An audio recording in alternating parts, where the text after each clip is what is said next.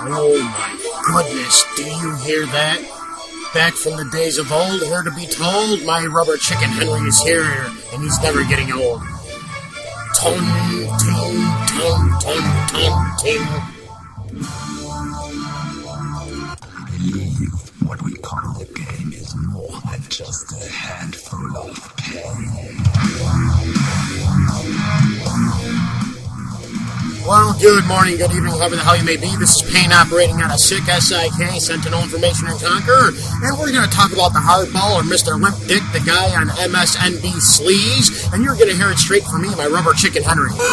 Now, it's not my fault that he has a toupee and he looks kind of gay, but I'm going to tell you something. Payne and Henry has so much to say.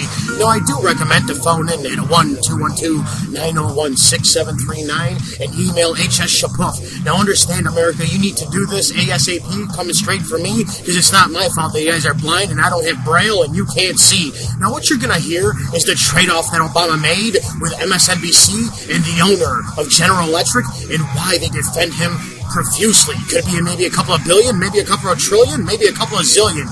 But you're going to understand how you guys been stabbed in the back as Obama fists you with the anal anus penis attack. Now, back to you, Bob. The mind of one of the men, but this is only one piece of it all. Wait, it gets even worse.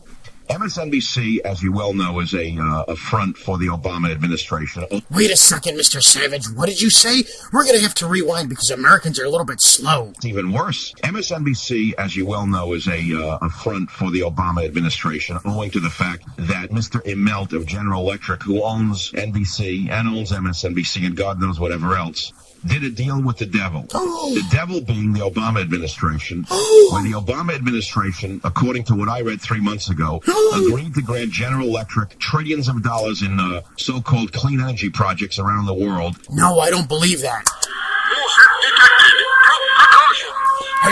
Are you telling me that Jesus Mohammed Obama, the chosen one, he actually made a deal like that with Mr. General Electric? I don't believe that, sir. Agreed to grant General Electric trillions of dollars in so-called clean energy projects around the world in exchange for, let us say, unfair treatment by NBC and MSNBC, meaning turning Obama into the god that he is not. And consequently, MSNBC, the puppets on MSNBC, have become an embarrassment even to liberals in the media. And today they hit a new low in clip 10. Listen to this one. What concerns me is when in some of those town hall meetings, including the one that we saw in Missouri recently, where there were jokes made about lynching, etc., you start to wonder whether, in fact, the word socialist is becoming a code word, whether or not socialist is becoming the new N-word for, frankly, for some angry, upset birthers and others. Now, remember, folks, it gets better than this. Now we're going to go to Hardball, who I call Mr. Limp Dick, and he looks like he has a toupee, and it looks really bad. I mean, he makes more money than I do,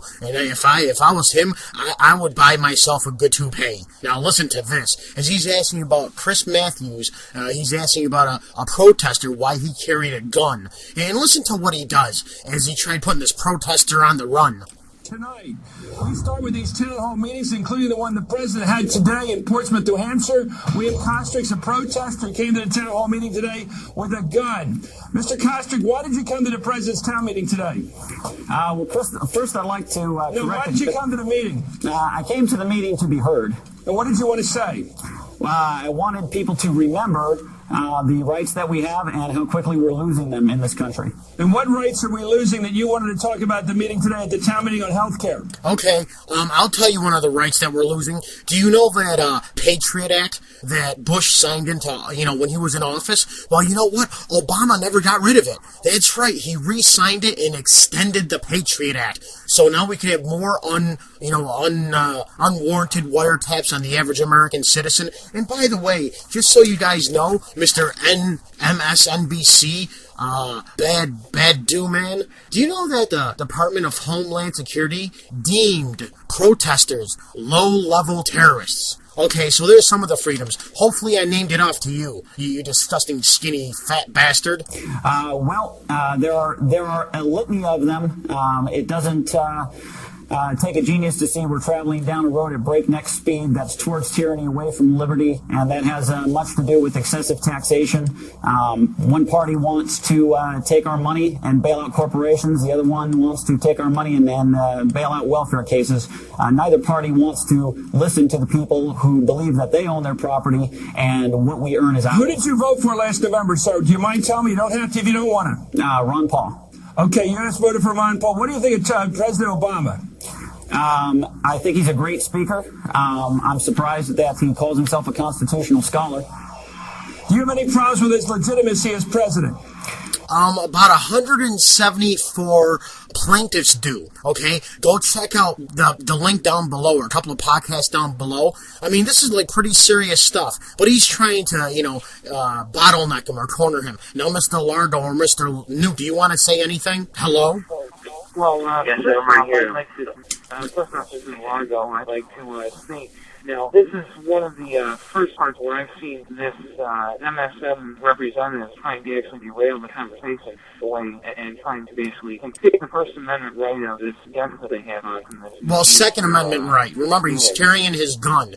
Now, let's not forget the other thing, too. Real quick, in the beginning, did you hear how Barack Obama made a deal with a guy who owns General Electric and MSNBC worth trillions of dollars? Did you hear that? Yes, I heard that. So, I mean, do you think it stands to reason why this guy is going at him so feverishly? I mean, he really has a job to do. Well, obviously he's being paid to do a good job. All right, now let's go back to the interrogation. I don't. You're not part of the birther movement or anything like that. You don't have a question about whether he was born an American. I've read the material. I don't really know anything about that. Wait a minute. Where are you on that issue? Well, real quick, just so you guys know, the former district attorney, who's a Democrat, his name is Byrd, out of Pennsylvania, he brought up the issue about Obama's legitimacy. Now, obviously, this guy's asked him now 4 times. You know what he's trying to do, folks? He's trying to marginalize him. Yes, you understand? He's trying to make him look like a conspiracy theorist. So here we go, back to this bullshit. Are you on the issue of whether he's a legitimate president of the United States? Do you believe he is, or you do believe he isn't? Well, as I say, I haven't done any of the research into it to be able to make any claims on that. I mean, that's for lawyers and other people to. So you're not making any claim that he's not a citizen? I am not making that claim. Okay, let's ask about the presidency and what he's trying to do with health care. You brought a loaded gun. Was your gun loaded today? Wow. Who would be silly enough to carry an unloaded firearm? I'm only asking. You're answering the questions. Who's yelling now? Okay, that's on the tape. Why did you bring a loaded gun to a public meeting?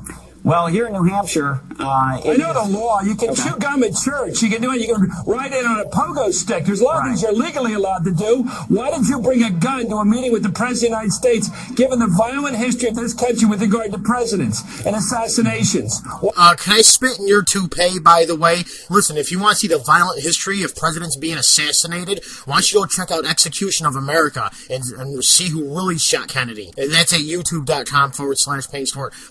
Gentlemen, do you want to say anything, by the way? I'll say something. First off, when has an assassination never been violent? And associating a president visiting with an assassination, it seems like this mainstream media representative has an agenda to assume that anyone carrying a gun would be of the mindset that they would want to assassinate them, rather than just practicing their right under the U.S. Constitution. Well, I'm glad you brought up the point. If he really wanted to hurt the president, why would he have it out in the open? Yeah, exactly. Like, he would be hidden. And the other thing I want to bring up is his original question was about health care. Without letting the guest respond to that, he immediately goes back into his previous attack on him carrying a gun. I mean, where do you equate health care, the health care discussion, with carrying a gun? It seems like he's trying to push this agenda with this gun right and associating that with the guest. Well, I mean, what if he was having dinner at like a Friendly's or a Denny's? Would he be questioning him about the gun or maybe the Grand Slam? You know what I'm saying? Exactly. Yeah, so apparently he really doesn't care.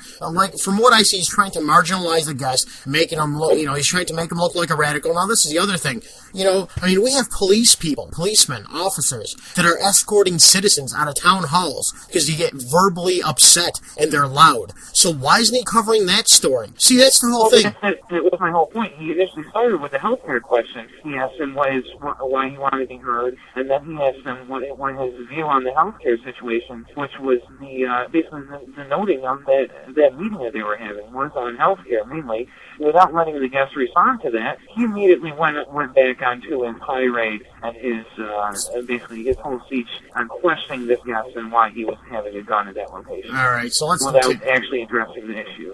Yeah, so he went into Obama's birth legitimacy, and then he went to the gun. Now we're going back to this. Why'd you bring a gun to a public event with the president? Well, you know the history of this country. If you love this country, you know its history. Well, you know we've had a problem with people with guns at presidential events. Why'd you bring a gun to an event with the president? You know why he brought a gun, shit dick? Because maybe he wanted to shoot that crappy-looking toupee off your head. Back to you. I do know history, and the history is that our forefathers fought for the right to keep and bear armed, and they believe that every person should be armed. Everybody knows that. Okay, well then... why did you bring a gun to a presidential event today? That's not even a relevant question. The question is, why don't people bear arms these days? Okay, let's ask... Well, by the way, if you're looking at the video, Chris Matthews over here, he keeps on looking off to the side, kind of like at the teleprompter. You know what I mean? Like they're putting up questions like, get this guy's don't, get him going. I'll tell you, this guy was absolutely incredible. He kept his cool. He was professional. This is the whole thing. This guy who's being questioned should actually be getting defensive, but he's not. The commentator, the reporter, he's not even a reporter, he's a repeater. You understand the difference? A reporter actually goes out and makes his own story, finds his own story. This monkey is a repeater. So, he's actually getting upset. And I mean, are you guys picking that up, or is it just me? Well, yes. The person who's actually getting defensive is this repeater, the mainstream media agent that is kind of leading this interrogation on this guy. Yes, this useless eater. He's becoming afraid that this person isn't going to crack. Intelligent enough to be calm, and it's the whole thing that they're trying to associate him away from. They're trying to make him look like this person that would commit an assassination. They're, like you said, they're trying to marginalize him, and he's not allowing that to happen. All right, excellent. Okay, you brought a sign that said the Tree of Liberty has to be watered with the blood of tyrants, and you're carrying a goddamn gun at a presidential event. I think those things make people wonder what you're about. Right. Oh, you know what you're trying to do, my friend? Mr. Chris No Check, after this video, you're trying to equate, American history, okay, with political rhetoric, all right, and free speech with a guy that has an open gun on his leg, which absolutely makes no sense. If he actually wanted to hurt the president, I mean, he'd be in a bush somewhere. The sign didn't say anything about blood. What did it say? It's time to water the Tree of Liberty. And where did that come from, that line? It's a quote from Thomas Jefferson. And what's the rest of the line? The rest of the line is for people to look up. It's not a soundbite. They need to understand the context. What's the rest of the line from Jefferson? The Tree of Liberty must be refreshed from time to time with the blood of tyrants and patriots. Okay, well, you're carrying a gun and you're carrying that sign, and you don't think people should worry about you? No, I don't think people should worry about me. Well, let me ask you about the history of people that carry guns to presidential events. Tell me that history, sir. Are you speaking of a particular event? I'm talking about people who bring guns to presidential events in history. Tell me their history. I'll tell you this, Chris. We just started new history. I was there today. There was a peaceful rally. No one was injured. Okay. No one. I'll tell you something right now. Maybe it's just me. Have you guys ever seen this Chris Matthews on TV? Have you? I've seen it before. Do you know what he reminds me of? He reminds me of a fat, old white man that likes to have, a ball and gag put on him and have his ass beat with a flogging stick and says, "Call me a bad boy. Call me a bad boy, mommy." As he has his, executive wingtip shoes and his black socks and his polka dot boxers as he's getting flogged with a ball gag mouth, with a ball and gag thing in his mouth. Doesn't he give you that appearance, that impression? Slightly. Well, we're on Chris Matthews. I don't want to be on Chris Matthews. No. Maybe Larry Sinclair, Obama's blowjob lover, wants to be on Chris Matthews, but that's a whole other story. don't have find me out of what weapon did that guy exactly carry? No, he had a handgun on his hip, but let's go back to this. On our side was alarmed. People in New Hampshire are used to seeing firearms. No one from New Hampshire was alarmed. Maybe some of the people they bust in from Massachusetts were alarmed, but we're not really concerned about them. What is wrong with the people from Massachusetts? They already have their They eat beans and they fart a lot. healthcare scheme and their socialism going in their state. They should probably keep it over there. Now, let me get back to your belief. Do you believe that our fundamental rights as a republic, the limited government, the notions that people are individuals are supreme, you believe all that's at stake here? Yes.